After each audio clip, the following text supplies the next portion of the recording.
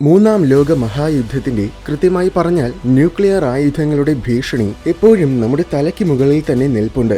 ഒരിക്കലും അത് സംഭവിക്കരുതെന്ന് തന്നെയാണ് നമ്മൾ എല്ലാവരും ആഗ്രഹിക്കുന്നത്. പക്ഷേ ഒരിക്കൽ അത് സംഭവിച്ചാലോ? ഒരിക്കൽ ആകാശത്തിൽ നിന്നും വന്ന് വീഴുന്ന ബോംബുകൾ നമ്മുടെ ലോകത്തിനെ മുഴുവൻ നശിപ്പിച്ചാലോ? ഇത് യുദ്ധത്തിനെ കുറിച്ചുള്ള ഒരു വീഡിയോയല്ല, യുദ്ധത്തിന് ശേഷം വരാനിരിക്കുന്ന ശീതകാലത്തിനെ കുറിച്ചാണ്.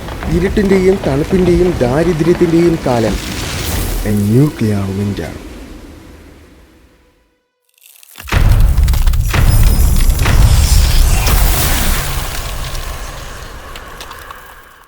ശീതയുദ്ധകാലം മുതൽ ഇന്നും ആണവായുധങ്ങൾ ആഗോള തന്ത്രത്തിന്റെ ഹൃദയഭാഗത്ത് തന്നെ തുടരുന്നുണ്ട്.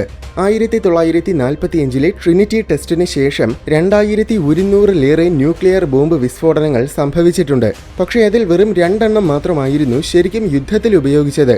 ബാക്കിയെല്ലാം തന്നെ പരീക്ഷണങ്ങളായിരുന്നു. B-83 ആണ് നിലവിൽ USA-യുടെ ഏറ്റവും ശക്തമായ ന്യൂക്ലിയർ വെപ്പൺ. ഇതിന് 1.2 മെഗാടൺ TNT-യുടെ ശക്തിയുണ്ട്. താരതമ്യേന പറഞ്ഞാൽ നാഗസാക്കിയിലിട്ട ബോംബിന്റെ 60 മടങ്ങ് ശക്തി. പക്ഷേ പണ്ട് USA-ക്ക് കാസിൽ ബ്രാവോ എന്ന മറ്റൊരു വെപ്പൺ ഉണ്ടായിരുന്നു. 15 മെഗാടൺ TNT ശക്തിയിൽ പൊട്ടിത്തെറിക്കുന്ന കാസിൽ ബ്രാവോയ്ക്ക് ഹിരോഷിമയിലിട്ട ബോംബിന്റെ 1000 മടങ്ങ് ശക്തി ഉണ്ടായിരുന്നു. പക്ഷേ ഈ കാസിൽ ബ്രാവോ പോലും റഷ്യയുടെ സാർ ബോംബയ്ക്ക് മുന്നിൽ ഒന്നുമല്ല. ആണവശക്തിയുടെ ആത്യന്തികമായ പ്രകടനമായിരുന്നു സാർ ബോംബ. നാശത്തിന്റെ രാക്ഷസ രാജാവായ സാർ ബോംബയ്ക്ക് 50 മെഗാടൺ TNT ശക്തിയുണ്ട്. അതായത് ഹിരോഷിമയിൽ വീണ ബോംബിന്റെ 3800 മടങ്ങ് ശക്തി. സൈദ്ധാന്തികമായിട്ട് ഇതിന്റെ ശക്തിയെ 100 മെഗാടൺസിലേക്ക് വരെ ഉയർത്താനാകും. ഇത്രയും ഘോരമായ ഒരു ബോംബ് കേരളത്തിന്റെ മധ്യത്തിൽ പൊട്ടിത്തെറിച്ചാൽ കേരളത്തിന്റെ പകുതിയിൽ കൂടുതലും നിമിഷങ്ങൾക്കുള്ളിൽ തന്നെ പൂർണ്ണമായും കത്തിച്ചാമ്പലാകും. ഈ സൈദ്ധാന്തികമായ വിസ്ഫോടനത്തിന്റെ പ്രകാശം അങ്ങ് മഹാരാഷ്ട്രയിലുള്ളവർക്ക് പോലും കാണാൻ പറ്റും. ഇതിൽ നിന്നും ഉയരുന്ന മഷ്റൂം മേഘം 100 കിലോമീറ്ററുകൾക്ക് മുകളിൽ, അതായത് ബഹിരാകാശത്തിൽ വരെ എത്തും. ആയിരക്കണക്കിന് കിലോമീറ്ററുകൾക്ക് അകലെയുള്ള കെട്ടിടങ്ങൾ വരെ ഭാഗികമായിട്ടെങ്കിലും തകരും. കോടിക്കണക്കിന് പേരായിരിക്കും നിമിഷ നേരം കൊണ്ട് കൊല്ലപ്പെടുന്നത്. ന്യൂക്ലിയർ ടെക്നോളജിയുടെ ശക്തിയുടെയും ആപത്തിന്റെയും ഉജ്ജ്വലമായ ഒരു ചിത്രീകരണമാണിത്.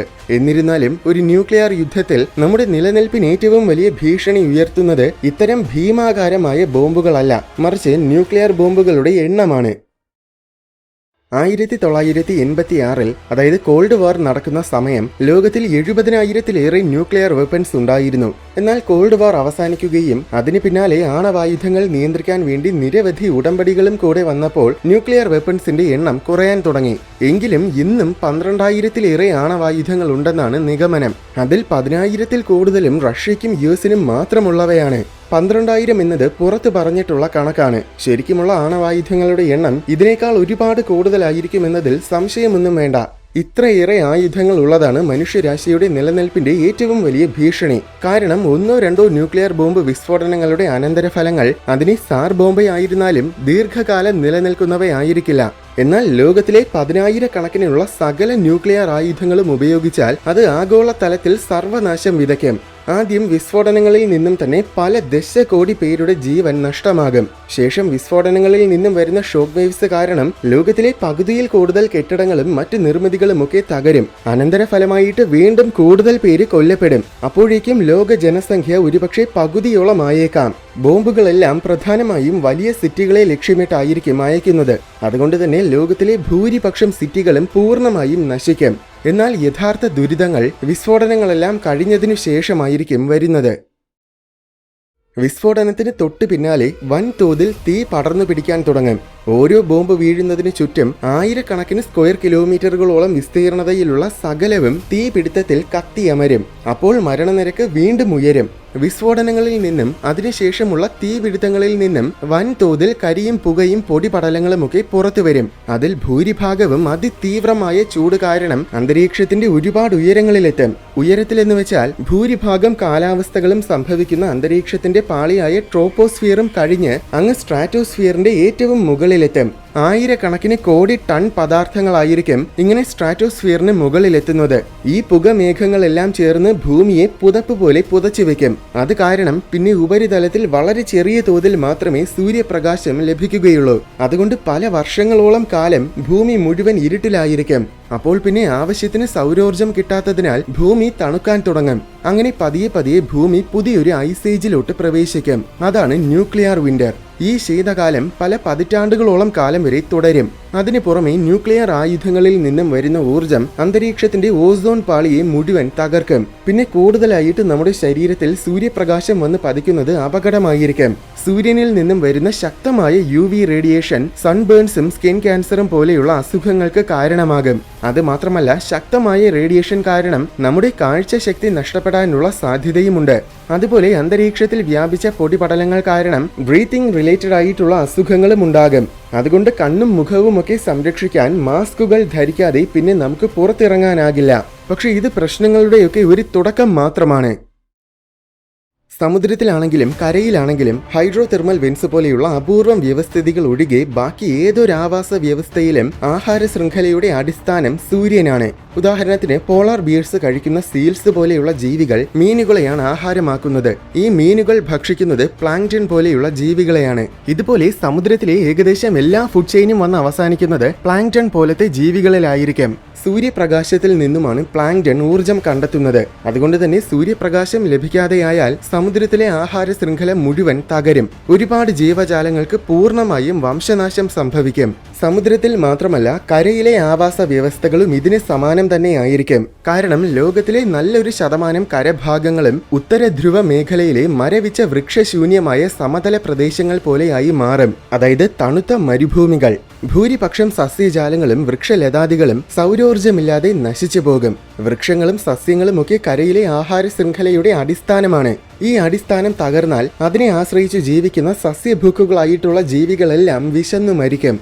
അതിന് പിന്നാലെ സസ്യഭുക്കുകളെ ആഹാരമാക്കുന്ന മാംസഭുക്കുകളും നശിക്കും. ആഹാരത്തിന്റെ ദൗർലഭ്യം സകല ജീവജാലങ്ങളെയും കാര്യമായി തന്നെ ബാധിക്കും. അതിൽ മനുഷ്യരും ഉൾപ്പെടും. ആഹാരത്തിന് പുറമെ മെഡിക്കൽ സംവിധാനങ്ങളും തീരെ കുറവായിരിക്കും. കാരണം അത് പ്രധാന സിറ്റികളിലാണ് കൂടുതലുമുള്ളത്. പക്ഷെ നേരത്തെ പറഞ്ഞതുപോലെ പ്രധാനപ്പെട്ട സിറ്റികളെയെല്ലാം ബോംബുകൾ തകർത്തിട്ടുണ്ടാകും. അതുപോലെ ശുദ്ധജലവും ആവശ്യത്തിനുണ്ടായിരിക്കില്ല. എന്തെന്നാൽ ശുദ്ധജല സ്രോതസ്സുകൾ മുഴുവൻ റേഡിയോ ആക്റ്റീവ് പദാർത്ഥങ്ങൾ കൊണ്ട് മലിനമായിട്ടുണ്ടാകും. സിറ്റികൾ തകരുന്നതിനാൽ ജലം ശുദ്ധീകരിക്കാനുള്ള സംവിധാനങ്ങളും ആവശ്യത്തിനുണ്ടായിരിക്കില്ല. മഞ്ഞിൽ നിന്നും ജലം എടുക്കുന്നതും പ്രായോഗികമല്ല. കാരണം മഞ്ഞിലും റേഡിയോ ആക്റ്റീവ് പദാർത്ഥങ്ങൾ ഉണ്ടായിരിക്കും. അതുമാത്രമല്ല, മഞ്ഞിനെ ഉരുക്കാനുള്ള ഇന്ധനവും ആവശ്യത്തിനുണ്ടായിരിക്കില്ല. ഏകദേശം എല്ലാ ഗതാഗത മാർഗങ്ങളും സിറ്റികളുമായിട്ട് ബന്ധപ്പെട്ടതാണ്. അതുകൊണ്ട് പ്രധാന റോഡുകളെല്ലാം സിറ്റികൾക്കൊപ്പം നശിച്ചിട്ടുണ്ടാകും. അപ്പോൾ പിന്നെ ഗതാഗതവും നടക്കില്ല. അതുപോലെ തന്നെ വൈദ്യുതിയെയും പിന്നെ ആശ്രയിക്കാനാകില്ല. സൂര്യപ്രകാശവും ജലവും ആധുനിക സംവിധാനങ്ങളൊന്നുമില്ലാതെ കൃഷിയും ചെയ്യാൻ പറ്റില്ല.